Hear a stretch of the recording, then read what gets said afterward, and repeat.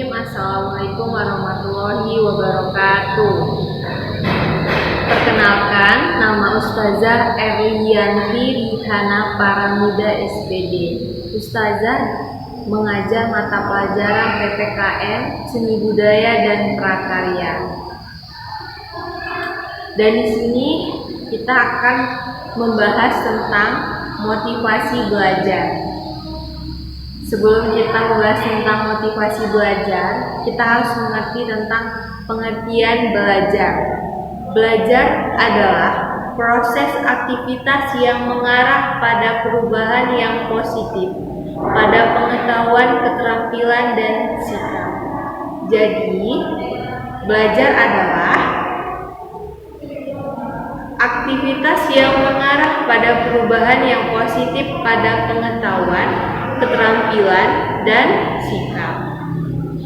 Tujuan belajar. Yang pertama, siswa mengetahui bahwa belajar adalah tanggung jawab setiap siswa. Yang kedua, siswa terhindar dari kegagalan dalam belajar. Yang ketiga, siswa dapat mengatasi masalah yang muncul dalam belajar. Yang keempat, siswa dapat menyesuaikan diri dengan tuntutan belajar di jenjang SMP. Nah, di sini kita akan bahas apa itu motivasi belajar.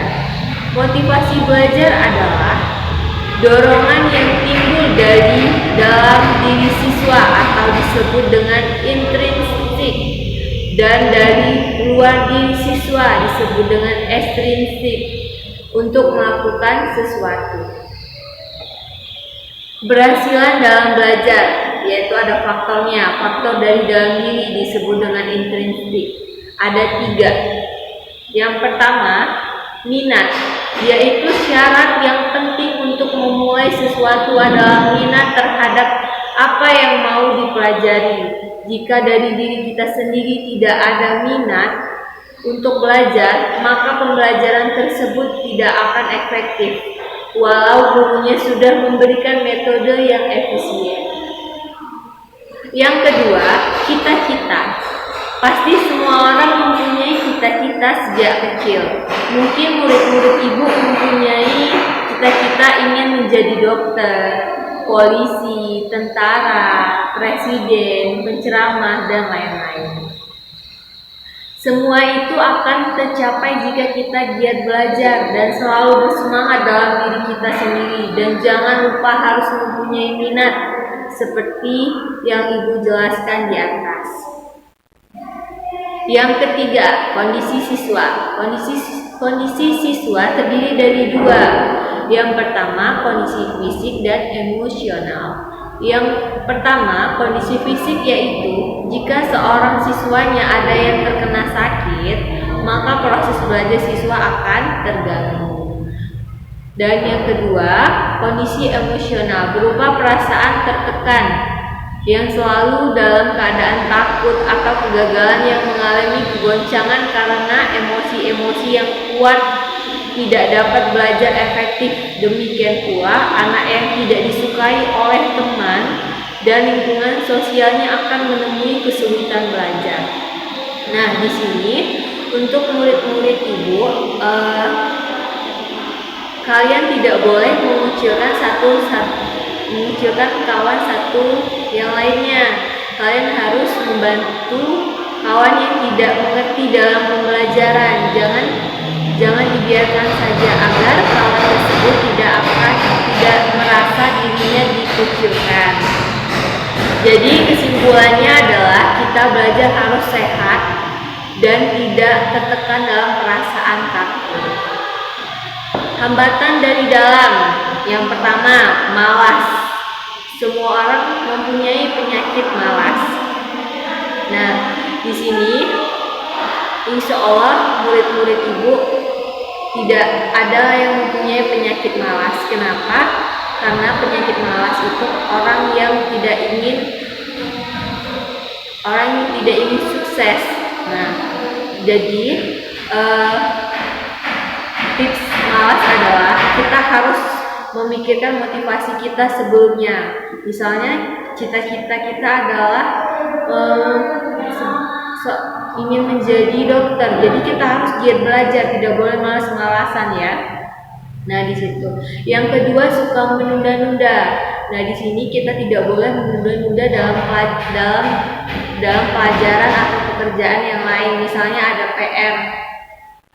Di sini mungkin ada seorang murid mikirnya gini, nanti aja deh kerjainnya, bisa besok.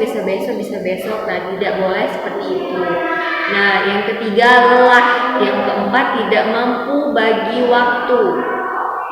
Yang kelima, tidak disiplin. Yang keenam, tidak bisa pilih prioritas kegiatan yang penting. Nah di sini kita harus bisa prioritas kegiatan yang penting, nggak boleh hal-hal yang tidak penting kita utamakan, yang harus hal yang penting yang kita utamakan.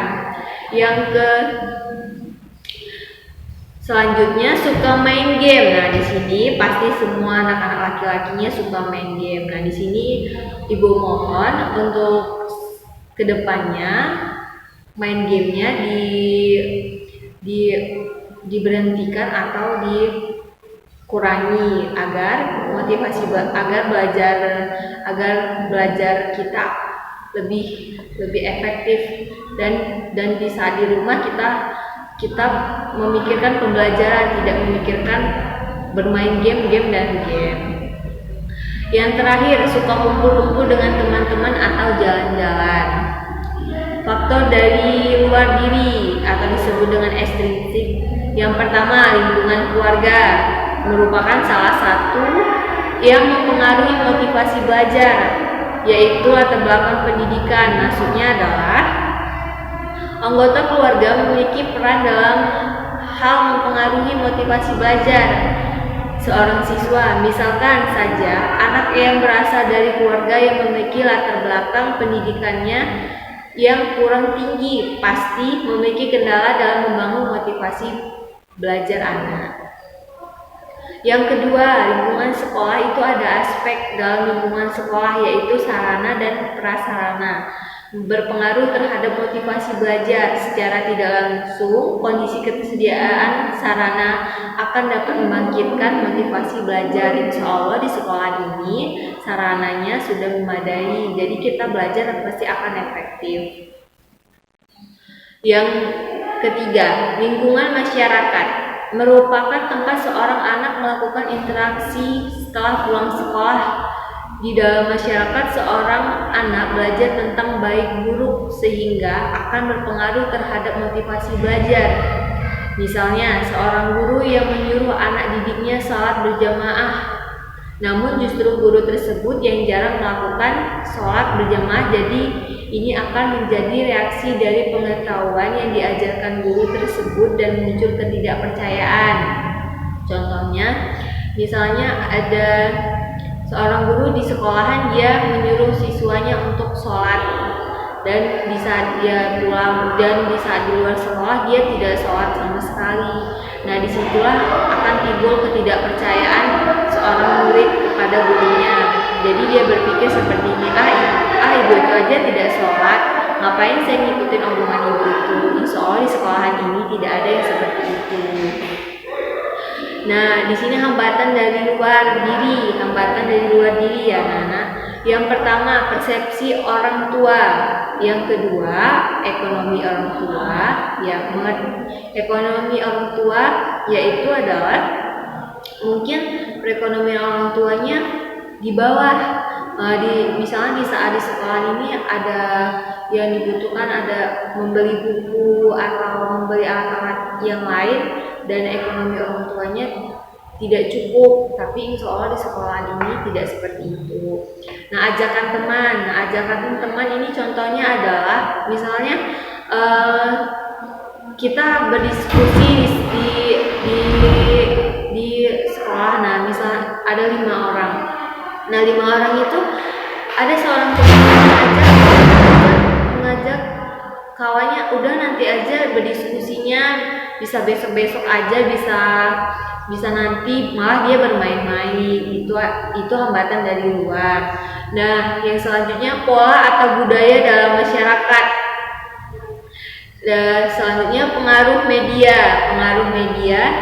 Yang selanjutnya melanggar tata tertib sekolah. Nah, di sini kita tidak boleh melanggar tata tertib sekolah. Nah, tata tertib sekolah. Jadi kita harus mematuhi tata tertib sekolah, peraturan sekolah, dan lain-lainnya. Yang terakhir, sarana belajar tidak memadai. Insya Allah di sekolah ini sarananya sudah memadai. Itu hambatan dari luar diri. Nah, di sini Ibu akan memberi tips sukses belajar. Ada 9 ya. Insya Allah mungkin kalian bisa melakukannya. Yang pertama, motivasi diri, yaitu motivasi diri dulu, diri sendiri dulu. Kita harus memotivasi, oh saya harus giat belajar karena saya ingin menjadi dokter. Nah, itu motivasi diri. Pandai bagi waktu. Pandai bagi waktu itu adalah tips sukses belajar, pandai bagi waktu. Yang ketiga, pandai memilih prioritas, yaitu adalah kita harus mementingkan belajar daripada yang lain. Kalau hal yang tidak penting kita tidak boleh prioritaskan, tapi kita harus prioritaskan belajar. Yang keempat, disiplin diri. Nah, diri kita harus disiplin dulu. Kita harus disiplin seperti kita harus mengerjakan PR, latihan, atau dan lain-lainnya. Itu harus mendisiplinkan diri dulu. Dan selanjutnya menjaga kesehatan. Nah, walaupun kita giat belajar, kita harus jaga kesehatan pula, pola makan, pola tidur, olahraga, dan lain-lainnya. Mandiri, pasti murid-murid Ibu sudah mandiri. Dan selanjutnya tekun dan ulet. Dan tanggung jawab. Nah, kita harus tanggung jawab dalam belajar. Nah, dan terakhir kreatif. Nah, itu tips sukses belajar. Yang pertama, motivasi diri, pandai bagi waktu, pandai memilih prioritas, disiplin diri, menjaga kesehatan, mandiri, tekun dan ulet, tanggung jawab dan kreatif. Nah, di sini belajar di rumah, tips belajar di rumah. Yang pertama, awali dengan doa. Yang kedua, mempunyai waktu belajar rutin setiap hari. Yang ketiga, pilih waktu belajar di mana pikiran dan fisik siap menerima pelajaran. Jadi, belajar di rumah kita harus fisik kita sehat dan pikiran kita tenang. Yang keempat, kondisikan atau cari teman belajar yang mendorong berkonsentrasi. Nah, di sini kita bisa mencari teman yang mungkin lebih pandai. Kita bisa berdiskusi dengan dia, dan jangan mengajak teman yang suka bermain-main, malah kita ikut bermain-main juga. Nah, yang kelima, beri waktu istirahat minimal 30 menit setelah belajar 2 jam. Jadi, setelah kita belajar 30 menit, setelah belajar 2 jam, kita istirahat dulu 30 menit ya. Nah, selanjutnya buatlah tanda-tanda terhadap hal yang penting. Misalnya di dalam buku kita sudah membacanya, kita bawa pensil, kita sudah membaca, kita hal-hal yang penting kita tandai. Dan yang terakhir, lakukan pengulangan atau latihan setelah selesai. Kalau misalnya di sekolahan gurunya sudah memberikan latihan, dan di rumah kita mengulang kembali agar esoknya kita tidak akan lupa. Itu belajar di rumah tipsnya. Tips belajar di kelas. Yang pertama, tenang dan tata tertib sewaktu menerima pelajaran. Nah, di saat guru menjelaskan atau memberikan pelajaran, kita harus tenang dan tertib, tidak boleh ribut atau mengobrol sesama teman. Yang kedua, bawa buku dan alat-alat tulis yang diperlukan. Yang ketiga, mencatat penjelasan guru atau memberi tanda pada buku cetak. Yang keempat, menghindari dari gangguan teman untuk mengobrol, iseng dan lain-lainnya. Hindari ya jika kawannya mengajak mengobrol atau bermain-main. Yang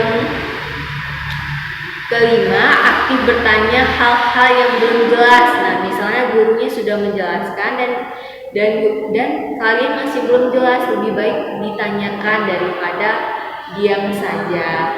Yang terakhir, jujur mengerjakan ulangan atau tugas. Nah, di sini insya Allah murid-murid ibu pasti semuanya jujur dalam mengerjakan ulangan atau tugas. Nah, di sini sekian materi motivasi belajar hari ini. Kesimpulan dari semuanya adalah kita semua mempunyai jumlah waktu yang sama, tetapi tidak mempunyai kepandaian yang sama. Walaupun demikian, mereka yang menggunakan waktunya dengan baik sering mengalahkan mereka yang mempunyai kepandaian. Oke, hari ini materi motivasi belajar kita, insya Allah tips-tips yang ibu berikan akan kalian lakukan. Dan sekian, terima kasih. Ibu tutup. Wassalamualaikum warahmatullahi wabarakatuh.